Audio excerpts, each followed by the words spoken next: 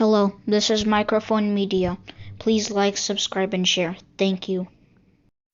تين هبلي دهان دوعلكم دهان دهادركم ملا علم ذلهم سمعتنا سلام نأخذكم يخون زي مايكروفون ميديا أيون مايكروفون ميديا هادش سخونكم كعمان قاعد هنا مساهم نالنا نايكل شعب دمستي نايز بيت سمنا أقال كوينكم كتقصلوا سبسكرايب زي قبركم سبسكرايب قبروا لايكن شيرن غيركم نقصهم عوون بخبرنا عدمكم سمعتنا باركسو زي كابلنا أوانا وزخونة هذا كاب أديس أبابان كاب تجراي ملو تجراي زرخهم نايو زين له أبي أحمد أبزل على رعد أوتيو نمللنا انتهي مالتنا أيو نواخاتهم كنا مسؤولكم هنا كالي بتعرف زحقوس زقرم أب تجراي ملو تجراي تجمر له بتعرف زحقوس يو زوالكو وون زقرم زوالكو وون مخنياتي كباكم يا سماعته بتعرف صبق يو السمع زقباكم يو كالي أبي أحمد نمنتين هو واحد كم زي فرحان كم سؤال أنا وون تفليت الله بحق ون كفرح كسؤال كم زخيل كم زقبأ نمنتاي سلازي فرحو يوصلو بتزرزر بلنا نواخاتهم كنا مزينا خشع مجرشا مسانا صنيخهم سمعوه نقولكو ناو نحلف حبيرنا نسمع أي سماعتي كم تزولكم جن لايك يركم جمروه زي نقولكم باركس نافتو بمجمرة بعبي أحمد يخجمرو لكم أبا دي سابا نبتقرين إني لكم تاني دي سابا خبابت تقبر زلام أخل عديس كتما خفل ختما زتقبرلو أب شجر كتما تحتون زقبر سلفتاتلو ملو خفل ختما نايت عديس أبابا زقبر نجاراتلو إن عبي أحمد هو أز تزاربو بتعمز قرم زس الدمميو نمنتا أيو أب عديس أبا سلام أو سلف دقاف وصلنا تفهلو بزلع على خونت قوس زقبر زلو تناي تقراين ناي عبي أحمدن كتحازلكم إياها ما يكون مخانو ناي ودب حوحتن ناي عبي أحمد هززبولون ناي عبي أحمدن ناي ملس زيناون زبولو خنقركم إيه بتعقستي تصبوين سمعتين سلازي حانت نقر سميعكم خالي نقر مسيلكم نخيط وصوي ليه إذا عبي أحمد وصي خدقفن إيو هيلو خل عليو بزي السابي بخعمة بحر خملسية خبلية كاو دحارة تهزب خرقاقا إيو معبل تلعيلو بفلاي وزناي عمة تبع ناي هزبي عمة تبع علات كمني مسكال زمسالة خمنة تمكات زمسالة خمنة ناي مسلم هواتنا زوز ووون بس استوديوم وزيم سود ووون سلزع على اللق عبي فرحنا رعلن يزنيو هيلو وصي خبل عني خم نيبال كما سريلانكا خما خالة عدتاتن هوي لخبل عني وبدي سابا ميخونا بأوروبا أمريكا ميخون حزب كله سعودي إني توفي إني يزبل زلو زي زبولو مخنياتون كبلون يقبقو هذا عبي حمد زبولو وملس جنا من تيقدبه من تيسرحن هالو عباي كن قدبنا إلو انتزارة منتلو نايا دي سابا حزبي كمزولو قلبت إلو يوسو دوكفوه جنا خجمريو ناي أباين تبهال تلو نمن تأيدا نحنا ودينا يئنا نالنا نحلنا ما نمكوص زيدا لزلو أجددنا نوصو زلنا تنايا دي سابا حزبي سؤولي إنا أيو نايا دي سابا حزبي كبال عنا خوحت أنا أيونو يبلاينا أخذكم بر أنس حادي مخيدوني خيليا نابدا لتو موتحتي زلو بزلع على قنات وراجو خمزلو ينادت بباساجو خمزلو بفلاي كعاما أبتقراي زكايد زلو مسؤول تحاجز تزارو إيو تناي تقراي زكايد زلو ناب تقراي ملو تقراي تجميرون لكم زلنا نسوون كنا تحاجزلكم إلا قن تناي دي سابا خود لكم عبد دي سابا بزلع عالن مخونات بفلاي زم نقادو كاو قولي تسرحو خابزان اشتي دينهن شغورتن قعون قلمالن غيرن نقزيقا اشتي دهون يترفلا شيط ايدن زرحا قولي تيزبهال بتقرنيا خال اسم كيهلو إليه كابعاتن جميرو خشع لعلوات نقادو ايوم زقدو زلو حدنسو نقادو كالت كعامة ترانسبورت السرحو تاخس السرحو أوتوبس زورو قلباج مكينا زلوهم سبع أملالسو قدي زرقهم حدا لترو ندادي هزيت كم ميت غشن اللعال خوينو يوم 220-230 يو السون كم ديت كا يركبني لمو بناس أملالسو النوال سلازا شقروا بتاع متماريرو يزلو تهزبي كوص عمان نمزد اللي يلن زتخفلهم ناتو دقفتو زخونو ويكا عم تفراريحهم ነጋዶ ዝኾኑ ብፍላይ ሕዚ ኣብዚ ኣዲስ ከተማ ክፍለ ከተማ ዘለኩም ዘለኹም መርካቶ ማለት እዩ ዘይትፈልጥዎ ኣዲስ ከተማ ክፍለ ከተማ ማለት መርካቶ ሙሉእ ናይ ኣፍሪቃ ዝዓበየ ዕዳጋ እናተባሃለ ዝፅዋዕ ኣብኡ ዝነግዱ ኩሎም ንኽወፁ ተመዝጊቦም እዮም ንንሕድሕድሚ እዮም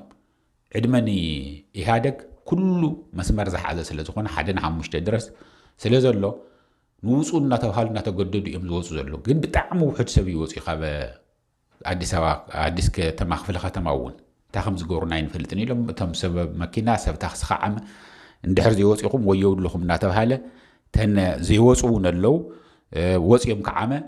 ያው የግድ ብነፃ እናመላለሱ ዝወዓሉ እውን ኣለው እና ኣብኡ ዝዛረቦ ዘሎ ንምንታይ እዩ እዚ ኩለይ ንሕና ሰሪሕና ኢና እናበልና ኩሉ ነገር ክንገብር ኢና ክንሰርሕ ኢና እናበልናዮም ባሕሪ ክነምልስ ኢና እናበልናዮም ንመለስ ይድግፍዎ ነይሮም ንኣና ግን ዘይድግፉና ንምንታይ ዳ እዩ እናተባሃለ እናበለ ብጣዕሚ ብዝለዓለ ኩነት ይባሳጮ ከም ዘሎ ተፈሊጡ ኣሎ ካሊእ ከዓ ብጣዕሚ ዘረዓዶ እንታይ ያለ ይመስለኩም ሰማዕተይ ቶሎ ቶሎ እናበልኩ ክወደልኩም ምክንያቱም ዳታ ሰብ ብጣዕሚ ስለ ዝኸበረና ሕፅረ ብሎ ስለ ትውልኒ ይርድአኒ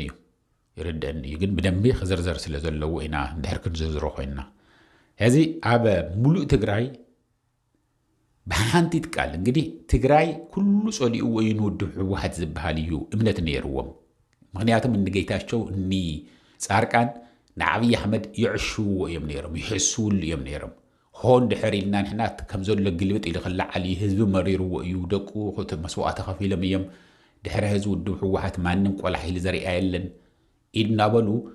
በቃ ገንዘብ መቀበሊ ይጥቀሙሉ እዮም ነይሮም ህዝቡን ይጥቀሙሉ እዮም ግን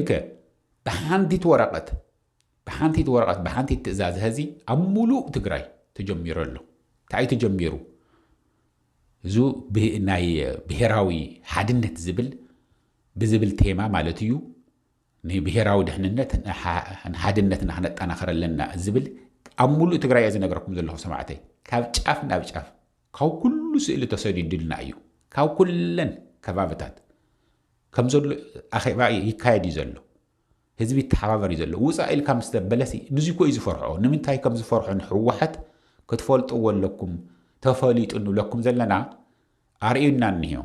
ዓብይ ኣሕመድ እውን ባዕሉ ኣብ ኣዲስ ኣበባ ተዛሪብዎ እዩ ህዚ ዝተዛረቦ ኢና ንነገረኩም ዘለና እሙናት ፍልፍልና ዝነገሩና ንውድብ ሕወሓት ዘይተፈርሐ ንመን እየ ክፈርሕ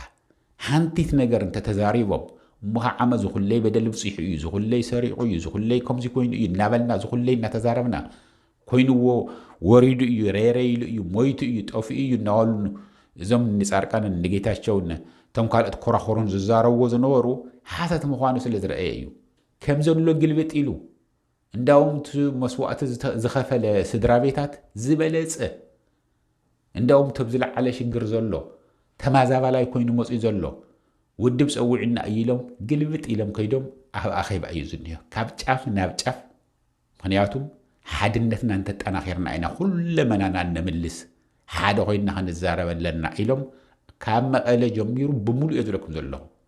ዓዲግራትስ ኣብ ኣኽሱምስ ኣብቲ ዓበይቲ ከተማ ጥራሕ ኣይኮነን ኣብ ኩሉ ወረዳታት እዩ ስለዚ ንምንታይ ዝፈርሖ ንሕወሓት ዓብይ ኣሕመድ እንድሕር ኢልኩምኒ ኔትወርክ ስለ ዘሎ እዩ መስመር ስለ ዘሎ እዩ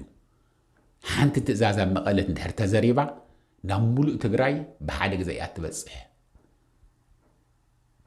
ይንገሮ ሓደ ንሓደ ይነግር ሓደ ኣብ ትሕቲኡ ዘሎ ይነግር ናብ ትሕቲኡ ዘሎ ይነግር ናብ ትሕቲኡ ዘሎ ይፀውዕ ናብ ትሕቲኡ ዘሎ ይተሓባበር ከምኡ እናበለ ክሻዕ 1-5 ይወርድ እዙይ ዘፍርሖም ዘሎ እንድሕር ውድብ ሕወሓት ተጥፊኦም እቲ ህዝቢ ይብተን ማለት እዩ ብዘይ መራሒ ብዘይ ውድብ ይጠፍእ ማለት እዩ ከም ዝደለይዎ የሽከርከርዎ ማለት እዩ ውድብ ስለ ዘለኸ ብትውድብ መስመር ገይሮም እንኳን ካሊእ ኣብ ኣዲስ ኣበባ ህዝቢ እንታይ ገይሮም ኢለኩም ኣብ ኣዲስ ኣበባ መርካቶ እቲ ህዝቢ ሰልፊ ንኸውፅኡ ብኢሃደግ ግዜ ዝተዘርግሐ ኔትወርክ ስለ ዘሎ ብቱናሱ ኔትወርክ ገይሮም ንንሕድሕድኡ ንክወፅእ ኣተሓባበሩ እታ ከንቲባ ናይ ኣዲስ ኣበባ ናይ ኣዲስ ኣበባ ክፍለ ከተማ ናይ ኣዲስ ከተማ ክፍለ ከተማ ክወፅኡ ግበርዎ ነጋደው ስለ ዘለዎ ወፂኦም ገንዘብ ከዋፅኡ ኣለዎም ክሕግዙ ኣለዎም ኢላ ስለ ዝኣዘዘት ንሳ ይኮነትን ሆና በለት እናዞረት ትዛረብ ንሳ ነቶም ክፍለ ከተማታት ትዛረብ እቶም ከም ናይ ክፍለ ከተማታት ሓለፍቲ ወረዳታት ይዛረቡ እቶም ወረዳታት ናብ ጎጥ ይዛረቡ ከምኡ እናበለ ናብ ውልቀ ሰብ ዝበፅሕ ከምኡ እናበለ እዩ ንሱ እዮም ክበጣጠሱ ኣብ ትግራይ ዝደልዩ ዘለዉ ንትግራይ ዝፈርሓ ንውድብ ሕወሓት ዝፈርሖ ዓብዪ ኣሕመድ ንዙ እዩ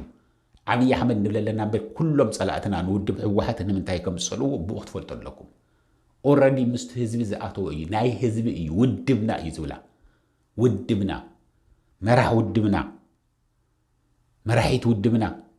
እናበለ እዩ ዝዛረብ እቲ ህዝቢ ውድብ ተዛረበ ማለት ደብረጽዮን ኣይኮነን ዝዛረብ ውድብ እዩ ዝብሉ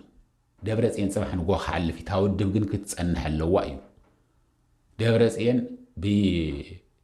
ብኻሊእም ተቐይሩ ክኸውን ይኽእል ተፈጥሮም ከም ወሲድዎም ይኹን ክወርድ እዩ እታ ውድብ ግን ክትጸንሕ ዘለኣለም 50 ዓመት ከም ዝጸንሐቶ ዝመጽእ ዘሎ ካልኣይ ሳልሳይ ራብዓይ 50 ዓመት ክትጸንሕ እዩ ዝደልያት ህዝብና ውፁ ስለ ዝበሎም ወፂኦም ተሰሊፎም ነው ኣብ ኣኼባታት ነው መናእሰይ እንታይ ሓስካ ዝስራሕ ነገር ምንም ነገር የለን እቶም መናእሰይ ግልብጥ ኢሎም ወፂኦም ኣለዉ ስለዚ ጥቕልል እንተብሎ እንተለኹ እንታይ እዩ ዘለኩም ዘለኹ ኣብ ኣዲስ ኣበባ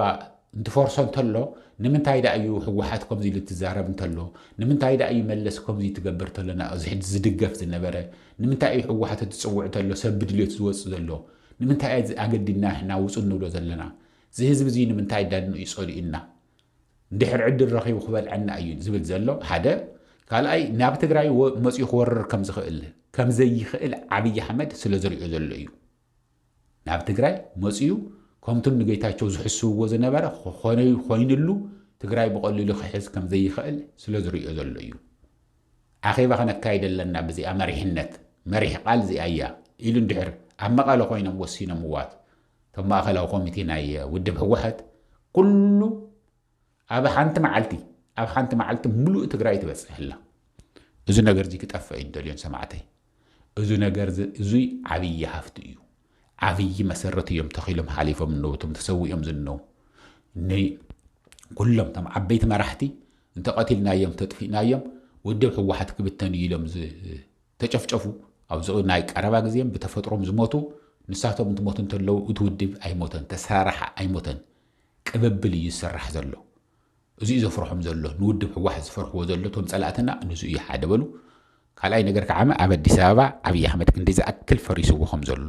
ክንደይ ዝኣክል ፈሪስዎ ከም ዘሎ ማንም ወፂኡ ክሕግዞ ከም ዘይከኣለ ንዑ ሰልፊ ውፁ ናብ ቀይሕ ባህራን ከይድና እያ ኢሉ ኣገዲዱ መናእሰያት ክኽተልዎም እዮም ክኾናወሉ ኢሎም ሓሲቦምዎ ዝነበሩ 9 ድዮም 8 ሰባት እዮም እናዞሩ በቃ አባይን ገድበናል የሚቀጥለው ወደ ባህር ነው እናወሉ መፈክር እናስምዑ ዝውዕሉ ዘለው ስለዚህ እዚ እዩቱ ንሳቶም ተምጸላእትና ዝፈርሕዎ ዝረዕድዎ ዘለው እና እዚ እናወልኩ ሰማዕተይ ታዛ ሓለፈት ቪድዮ ግን ታዛ ሓለፈት ቅድሚ እዚኣ ለጢፈልኩም ዘለኹ ናይ ወድም ቤተይ ከይድኩም ስምዕዎ እቲ ውፅእ ትብል ክሻዕ መጨረሻ ተሰምዕዎ ኣብ መጨረሻ ከባቢታት ዘሎ ብጣዕሚ ኣውፃፂ ኩሉ ነገር ስለዚ ዘየድል ዝኾነ ስኢሉ ክፍተት ዝነበሮ ዝብል ገለገለ ዝብል ኩሉ ስለ ዝውፃኽዎ ኩለን ዝድብረ ይብለን ተን 16 ደቂቓ ሰዊኢኹም ዋላ ዝተኸፈለ ይከፈል ተሰምዕዎ ደስ ምበለኒ ንምንታይ ብዙሕ ዘረባ ስለ ዘለዎ እዩ ዋላ ሓንቲ ሰከንድ እውን ተመይጣትኩም የምልጠኩም እዩ ዘሎ ሰማዕተይ ንኻሊእ ኣይኮነን ሰብ ክሰምዖ ስለ ዝደለኽዎ እዩ ዓብዪ መልእኽቲ ስለ ዘለዎ እዩ ንህዝቡም ዓብዪ መልእኽቲ ኣለዎ ንጸላእትም ዓብዪ መልእኽቲ ኣለዎ ንፈታዎም ንምጸላእም መልእኽቲ እየተሓላልፍ ዘለዎ ወድም ቤተይ ዝዛረቦ ሓሲቦ ስትንቲኑ እዩ ከም ዝዛረብ ንሓደ መጋድ ምስኡ ዝተጋደለ ከምኡ ላዕለዋይ ኣመራርሓ ዝኾነ